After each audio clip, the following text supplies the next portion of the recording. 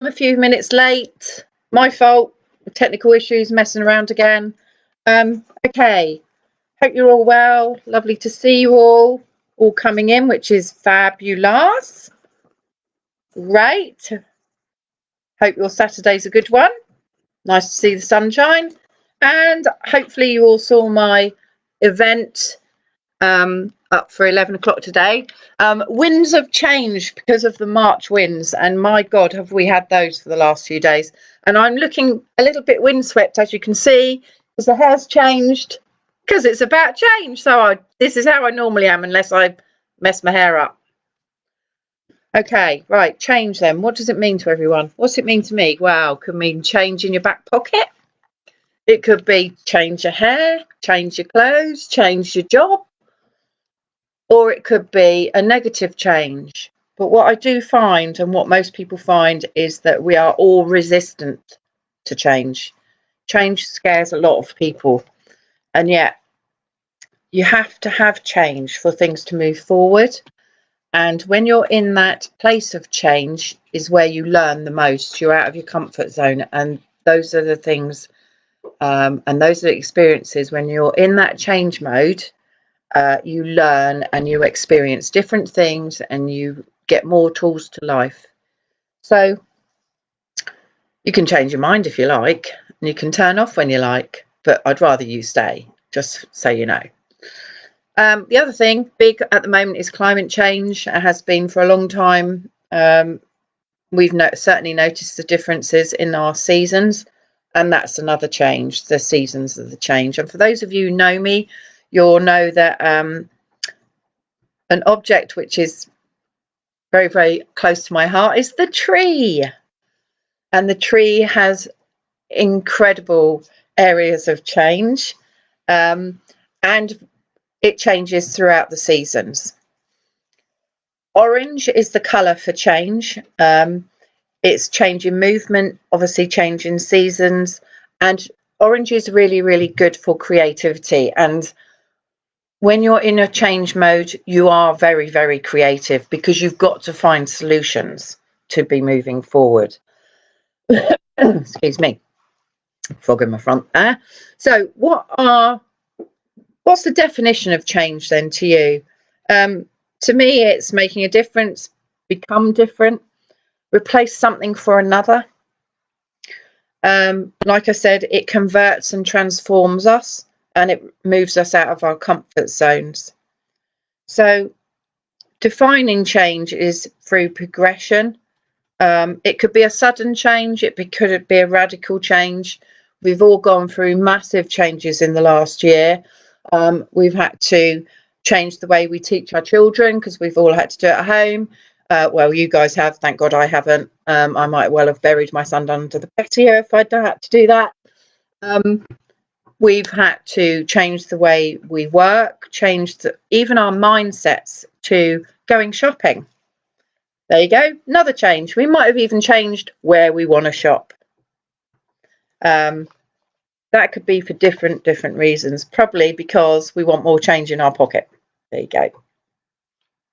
So they say there's 3 different types of change, and the 3 different types of change are static, dynamic, or dynamical. I'm not going to go through them. If you want to look up all of those 3, then please do. There's lots on the internet, as you know. I will put this up on my website blog anyway, so you can have a look further. So why is change so important to us? It's a case of moving forward in life, and it produces more experience and it gives us more things to learn about. And I think it makes us grow. Without the changes in a tree, the life of a tree would not grow. And we are all exactly the same.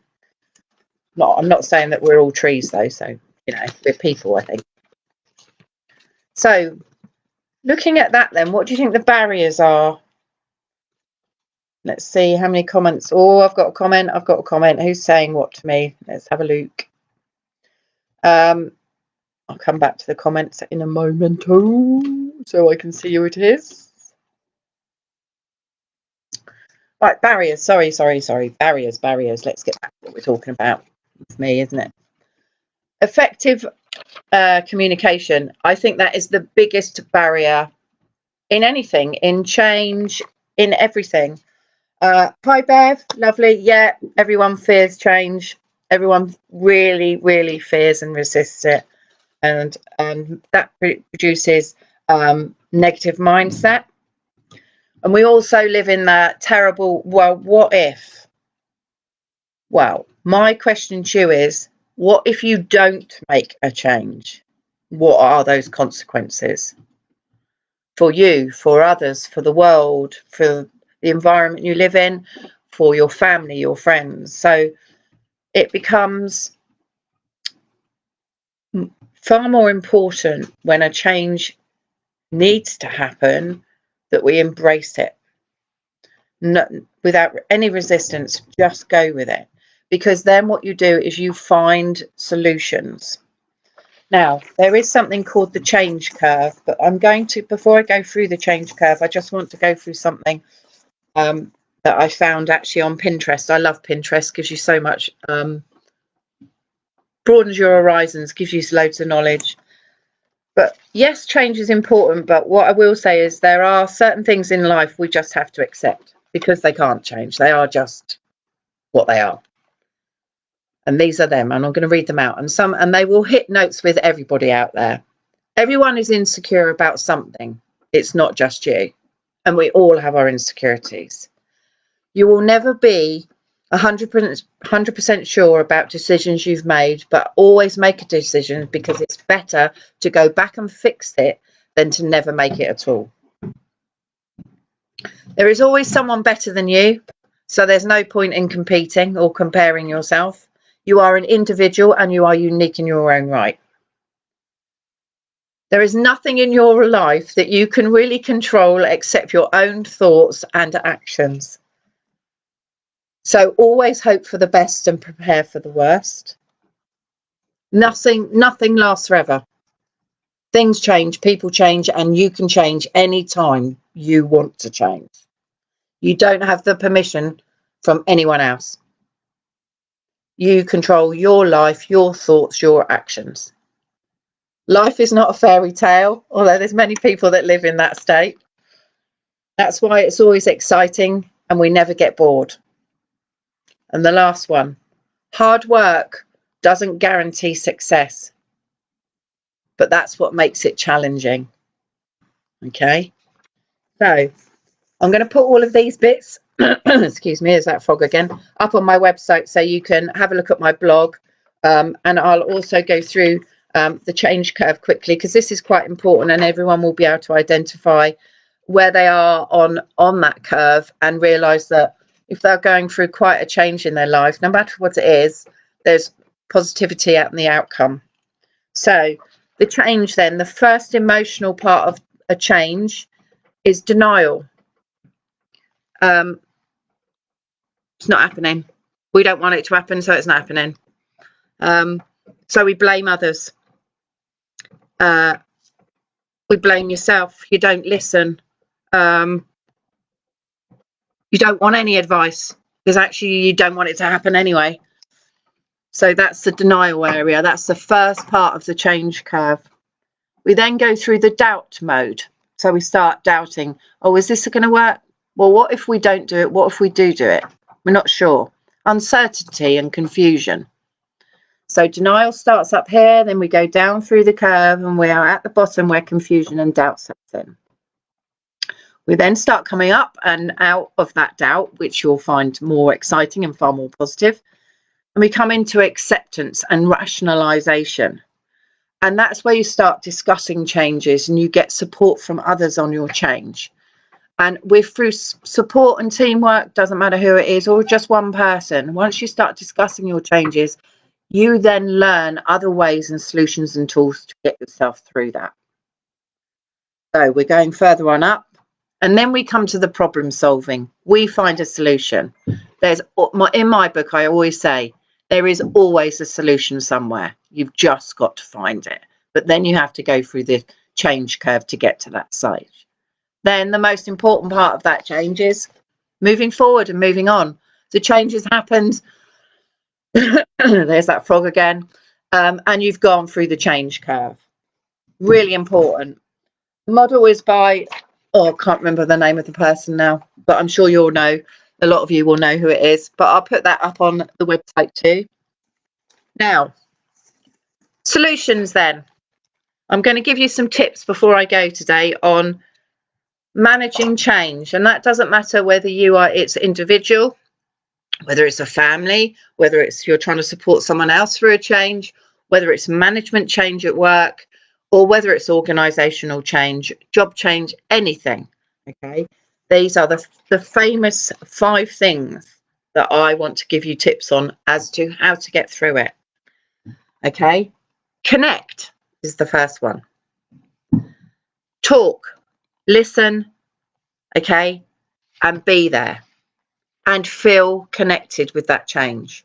So you're going through the denial, but connect with yourself and with others to understand the change that you're making, and do ask yourself those questions.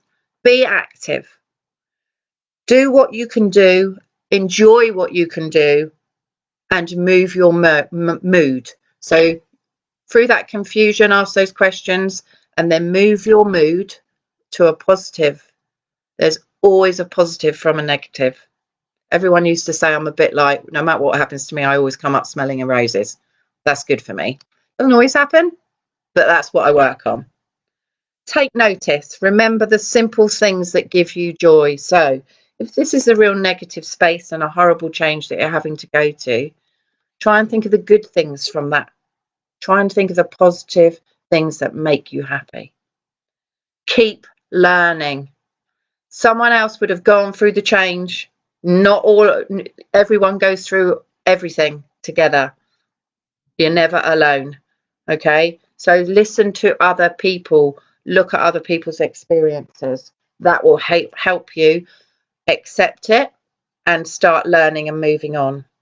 Most importantly, give your time, give your words, give your presence, and give your patience. That's to yourself and to others.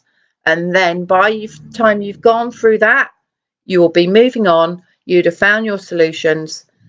Any problem will be solved. So those are my tips on change. Thank you, Bev, and a few other people for all your lovely comments. I want you all to consider what you want to talk about next week. Private message me, send me a comment, go on my website, send me an email. There's loads and loads of different ways of contacting me. I would really, really love some more ideas on what you guys want to talk about on a Saturday. I'm very pleased to say that my first company young lady who's going to come and meet me next month when we can on my sofa in the garden is a lady called Bev from Designer Like. Local business, support local, even though we're global, is my view. And she's going to come along and we are going to talk about adaptability. So keep an eye out for that. But in the meantime, stay safe, have a fabulous week. Remember, change is good, don't resist it. Take care. See you soon. Bye.